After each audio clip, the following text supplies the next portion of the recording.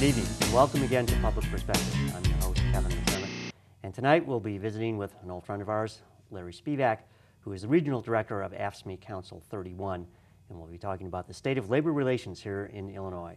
Larry, welcome back to the show. Thank you, Kevin. So things have changed a lot since the last time you were here. We have a new governor. The mayor has just won a close election in the city of Chicago.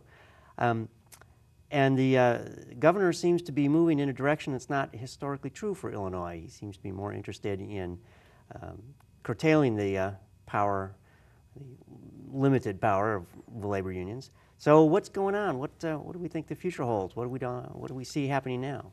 Well, I think that just seeing the newspaper out in Kane County today, where Kane County is going to have some public meetings to talk about whether or not the right of public employees and their unions could be curtailed.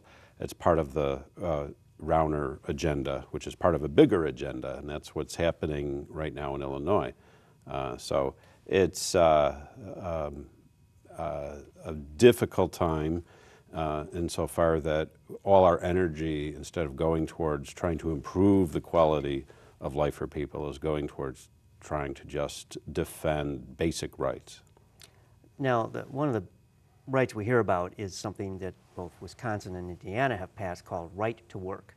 And it sounds wonderful. Everyone should have the right to work. And it sounds so all-American. But what's really behind that? What does that really mean? I have a pretty good quote that I'll tell you who said this after I give you the quote. And it went like this. In our glorious fight for civil rights, we must guard against being fooled by false slogans such as right to work. It is a law to rob us of our civil rights and job rights. Its purpose is to destroy labor unions and the freedom of collective bargaining by which unions have improved wages and working conditions of everyone. Wherever these laws have been passed, wages are lower, job opportunities are fewer, and there are no civil rights. 1961, Martin Luther King. 1961. Yes, and since then, in a place like Illinois, Wisconsin, Michigan, we have seen these laws passed or efforts to try to pass them. And Martin Luther King understood it, champion of the 20th century for civil rights, workers' rights, which people forget that's really was a big part of what he stood for. And he cautioned against that kind of usage of words that was very confusing and continues to be. Well, and I know that is a political tool that it's often used, and that is to name something that it actually isn't. It's a common political ruse. It's probably worth giving a short history of right to work, because, like, you know, it's often euphemisms or words are used, as you just said, as a ruse. And right to work grows out of a man from Texas. He was an oil industry lobbyist. His name was Victor Muse. And he started an association called the Christian American Association. Christian American. And it was a very, very, as we would say, right-wing organization. This is the 1930s. And by the 1940s, when unions were growing leaps and bounds, the concern among people like Muse and many who were segregationists, they saw that unions were actually for getting rid of Jim Crow, that giving people more civil rights. It doesn't mean that there wasn't institutional racism in America, but especially in the South. And so he's from Texas, and this whole idea of limiting now this growth of unions, because in many ways they were connected to civil rights. And so that's part of the effort. And a father of some billionaires that we all hear of, the Koch brothers. Yes. Their father, Fred Koch, he pushed right-to-work legislation in Kansas. You start seeing this whole effort, which is systematic, and then the creation of an organization called ALEC, the American Legislative Exchange Commission in 1973. All these are conspired to represent industry, very wealthy and very right-wing ideas about the rights of workers. And so this has continued to be out there, but as somebody like Rauner comes to Illinois, he buys the election, he spends $27 million of his own money, and the $50 million that he spent to get elected is to represent the corporations. That's and the limitation on workers' rights. Now, going again, looking at history, and we should tell our audience that you are also the president of the Illinois Labor History Society. That's correct. Which is part of why you're so well versed in the history of how these things came to be. But as was it Santayana who said, those who don't learn history are doomed to repeat it. So Correct. It is always useful to understand how we got here. So let me talk a little bit about the past and the right to work. And the opposite of that, or a counter to that, Henry Ford, in the early days of manufacturing cars, recognized that if he didn't pay his own workers enough to buy his cars, then he was shooting himself in the foot. Now, Henry Ford was not normally considered a left-wing progressive, but even he recognized that this was economically stupid to cut people's pay to the point where they couldn't afford to buy the things that you yourself made. So how has that thinking shifted? Why is it now that the corporate world or this world seems to think that cutting everybody's wages improves the economic outlook? I think this economic system itself is full of contradictions, and we don't have a real free market capitalism. I mean, that's a ruse to say that. I mean, corporate welfare is the biggest aspect of subsidization in this country by far. Corporate welfare. And describe corporate welfare. Well, you know, subsidizing the agricultural industry, the billions to make sure that they don't plant certain crops, and that the sugar industry, the milk dairy industry get government subsidies. That's an example. Now, this is tax breaks for you know, to come to a state. That's corporate welfare. It's you know, hundreds of billions of dollars in revenue, lost revenue a year. So now, you talk about agricultural subsidies. Now, the way that's painted to the public is that this is the small family farm. There is no small family farm, except for those who drink grass-fed milk from you know, a few places. I mean, I'm of course being facetious about it, but most agriculture here is huge agribusiness. Correct? That's correct, and this goes back to this contradiction that I was talking about, that we live in a socialist economy for the very wealthy, and everybody else is supposed to pull themselves up by their bootstraps. But Henry Ford, he would have been for subsidization of his own corporation, and did get it, but also, as you said, recognized that if you can't buy the product, you can't succeed. And as our economy evolved over the years, you know, we started producing in markets outside of the United States. But just to give you an example, take away the politics of this. It's the right wing, it's the left wing. The organization that rates bonds and insurance and the health of a particular city, Moody's, they have stated recently, after the governor's State of the State address in February, they said that right to work, there's a reason that the poorest workers in this country are in right to work states. Right to work meaning that the union represents you, you don't have to belong to it, and you still get the benefits, and you can't compel anybody to be in a union. So let me just stop you there and talk about that, because that seems so inherently unfair. It's what they call in economics the free rider problem. So a union will come in and collectively will vote on whether or not the union will represent the workforce, and you know, as you know, it's put up to a vote, and if the vote is successful, then the union has won the right to collectively represent the workforce. So these free riders who get protected by the union negotiations, who get the benefit of that, but don't have to pay, they don't have to belong or pay dues to support the union that's arguing on their behalf. How is that possible? Couldn't the union, or are there laws to prevent this, couldn't the union say, well, we represent the people who are in the union, and we're going to negotiate for wages for our union members, and if you don't pay your dues, well, you're on your own to negotiate your own salary. That's against the law. In other words, the way it's set up, and this goes back to this attempt to create right to work. It's a 1947 amendment to the labor law, the National Labor Relations Act, called the Taft-Hartley law, and it was an amendment that created this, that the Republicans had pushed to get weaken unions. It's the idea to weaken unions so they can't collectively bargain. Because if you starve them, and this is what Rauner is doing to AFSCME and all the rest of the labor will do to the rest of the labor movement. And we should say AFSCME represents primarily county and municipal State, employees. county, municipal employees primarily. And so public sector unions in particular have been the first target of this governor.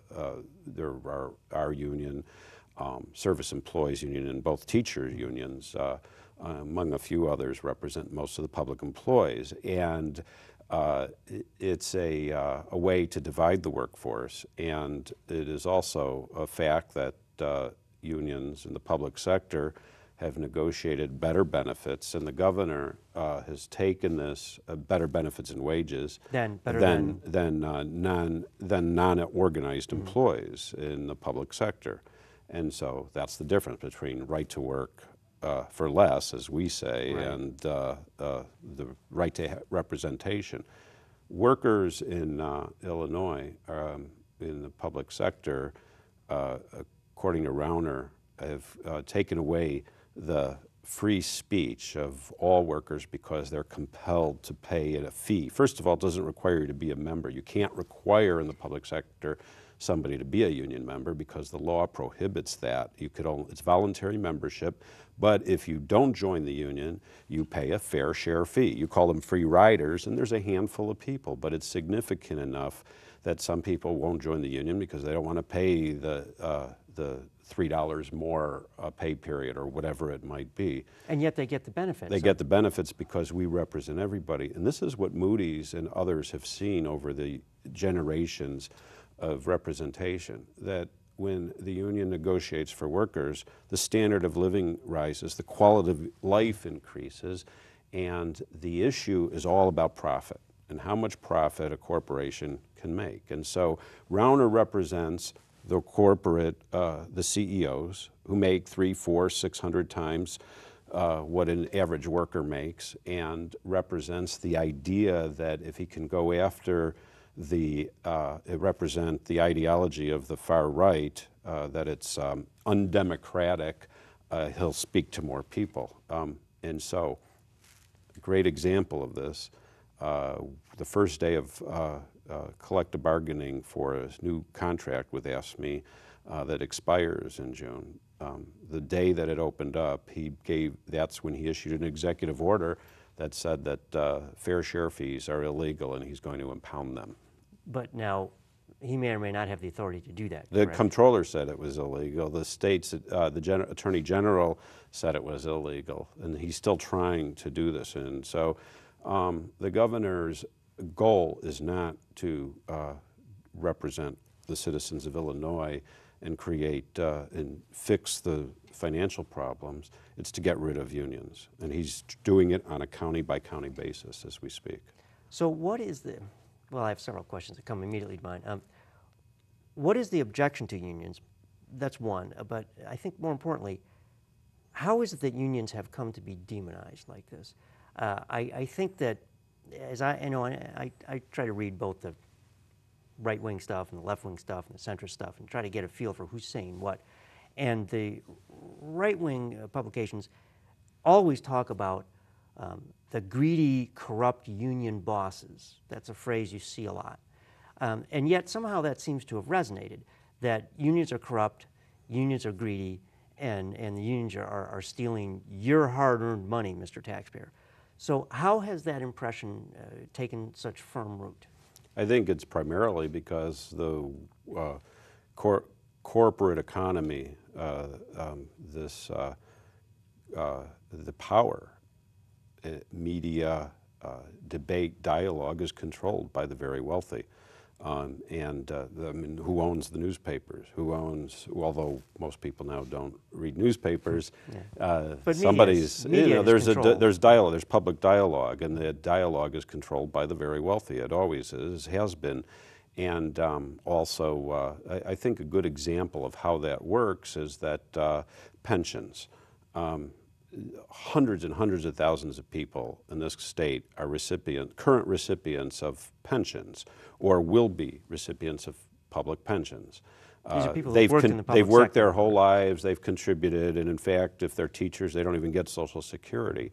And so this kind of dialogue has been that somehow that's the problem. And so when you open up a newspaper, you look at the front page, I'll talk about one person who's drawing from 3 pensions, who's worked for a day somewhere.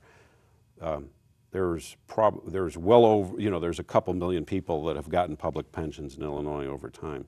And there's maybe a few hundred people, the smallest percent of people that have been able to take an extra advantage of a system, and a system that actually is so modest.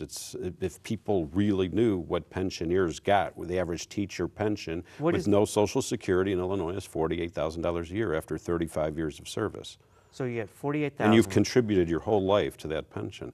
But they'll focus on a superintendent or a police captain somewhere, which ironically, most law enforcement in the state is unionized, and most teachers are, and most public employees.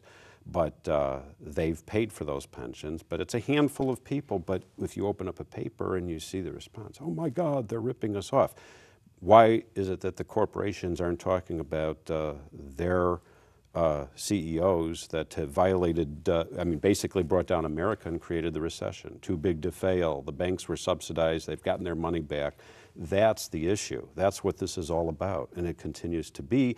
And it's founded in actually segregation, anti-civil rights, and during that period of the late 30s and 40s and in 50s, during communism, a lot of unions were castigated by the right wing as being pro-communist, and then during the Cold War, it just continued and continued, and so it was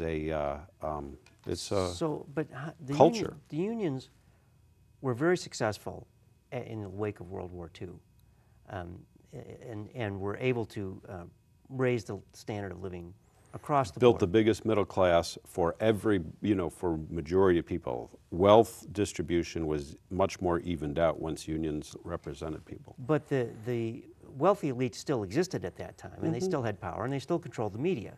So how was it that the unions were able to be successful during that period, and what has changed now so that the same people who controlled the media then are somehow able to shift the dialogue today, whereas in post-World War II era, that wasn't the case? Well, I think it was, shortly after labor law that gave collective bargaining in the 30s was passed, it was only 12 years later that Taft-Hartley is passed, which is to put limits on unions instead of the policy of the country and the New Deal and so on. And Roosevelt was that unions are good for the country. In fact, Roosevelt was famous for saying, if I went to work in a factory, first thing I would do is join the union. And so you wouldn't find this among the politicians, even some Republicans like Eisenhower. And so the idea was that it was very American to be in a union unless you were a right-wing ideologue. But corporations, the idea is to make as much money as possible, and how do you cut into profit? They didn't want unionization, but they really couldn't do anything about it because that was the mood, that was the politic, that was set by Washington at that time. Correct, and of course workers themselves who demanded it to get out of the Depression. And the freedom of association is the best form of democracy, is democracy in the workplace, and that's to have a union, a voice on the job. And otherwise you have nothing if you have to just negotiate for yourself. People know this. You have no power as an You have no power employee. unless you have one of the few who knows so much that you're relied on to do everything. The ace computer programmer who writes the hedge fund code, Exactly. who can demand $1 million. We could talk about this for a million years, but the economy, as it continued to grow and the middle class grew, unions didn't think much about organizing new workers, and by the 1970s, with there being a movement to overseas to lower the costs, the idea was, let's elect a president as a corporate America that will start to cut back on the power of the Right, unions. and when Reagan gets elected and fires air traffic controllers, every business in America rejoiced and said, now we don't have to even respect labor law anymore because the President of the United States says you cannot no longer strike. Now, that was private sector. But in the case of the air traffic controllers, they did have a no-strike clause in their contract. They were not, they didn't have the legal right to strike, but it was there's a if the law didn't provide for collective bargaining for 50 years before the law, but people did it because they demanded it. And the real point was that when the president said, I'm going to fire them I all. fire you all, every corporation in America that had union representation said, you go on strike and we will just replace you, which is, you think about human rights, it doesn't exist in any developed country except the United States. You cannot replace workers when they go on strike in other countries where they have the legal right to strike. And if they don't have the legal right to strike, they strike anyway. But it's the only way to have some kind of power, and we've lost that. And this is what, again, our governor is about. There's nothing else that he stands for when he says he wants to shake up Springfield, is to help represent the very wealthy and privileged. He's worth $550 million. So he doesn't need a Social Security check. He'll be just fine in his own retirement. That's correct. And he doesn't need a state pension. And he's got the bully pulpit. And so you ask, who has the bully pulpit? It makes such a difference. So with Rauner and his right to work, he's been opposed by the Attorney General. And what's going to happen next? I mean, how does AFSCME, for one, plan to fight back, and how can you change this dialogue? There is a very good question. These are, of course, none of us can predict the future, but what we're seeing is a greater effort of coalition building among unions, which is sometimes difficult. Sometimes, when it works, we're very successful. So nationally and in Illinois. Now, what kinds of coalition? You're talking about other unions? Other unions and other organizations, and hopefully politicians who are sympathetic and understand that they're not going to be able to have a chance if they lose a labor movement. And this is what it's all about right now. It's, I think that as difficult as this is, I'm optimistic because it creates an opportunity for people to begin to think differently, act differently, and that's what's happening. And for an example, in Oswego, Illinois last week, the governor tried to get the county there to pass right-to-work legislation. So many people showed up, they couldn't do it. This will happen in Kane County because he knows he can't do this on a statewide basis, so he's trying to do it on a county-wide basis, and even though that would violate the law. And all this is being challenged legally too. So, and I think we have a very good chance of winning legally, but this is, again, if you understand what this is about, you understand that this is just about the corporations and very wealthy, or as some people have said, the 1% trying to pad their pockets even further. So how do you, in a broader sense, how do you change the overall dialogue? As I say, the prevailing sentiment that I see is that the big, greedy, corrupt union bosses are trying to bleed the country dry. Now, not everyone believes that, of course, but that's the message coming from the right wing. And it has taken root, and even in states where right-to-work laws have passed, you know, you can't, American democracy still works well enough where something that's resoundingly unpopular generally cannot pass. So these states, Wisconsin, Indiana, and others, have convinced the population somehow that this makes sense. And even though it's passed by a legislature and it's not put out to a referendum, that sort of thing, nonetheless, the political power has said, yeah, this makes sense, we're going to do it. So how do you approach that fundamental public discourse? How do you change the public mind, the public culture, to say, wait a minute, we're the ones who are losing here? I actually believe that more people recognize that more than ever, but using terms like right to work are difficult to overcome. But the discourse is that now that this is a public debate, in a way that it wasn't before, in such a way there's more people that are coming to meetings, you know, whether it's in a community, and we'll see more of that in Illinois. I think that is the lesson from Wisconsin and Michigan. which are northern industrial states. The lesson in Wisconsin, this is just coming out, that Wisconsin has fallen dramatically in the last few years. What has fallen? Its wealth, the number of people falling out, what we call the middle class, below the median income, are falling dramatically, and it's because of right to work in part, because all of a sudden there's no right to negotiate. And so workers, average workers, don't have any ability to have proper benefits and pay. And once that continues to leave in places where people are used to it, I think they will also stand up. So it sounds like a classic problem of democracy, how to inform the people about what's really going on and how to motivate them to come out to the polls and make a difference. So the next governor's race is not for another 3.5 years. What can be done in the interim? Are there things that average citizens can do? Can they start talking to their legislators? Well, that's what's needed. People and I think that actually the Chicago election is a little bit about that. You have to remember that it was the Chicago Teachers Union that led the challenge to Rahm Emanuel, and only because Karen Lewis became ill that she would have been the candidate. That's correct. And so I think that there is a recognition among a large part of the population that something's amiss, something's not right here, that we've been working hard and we're not getting anywhere because we've been stagnant.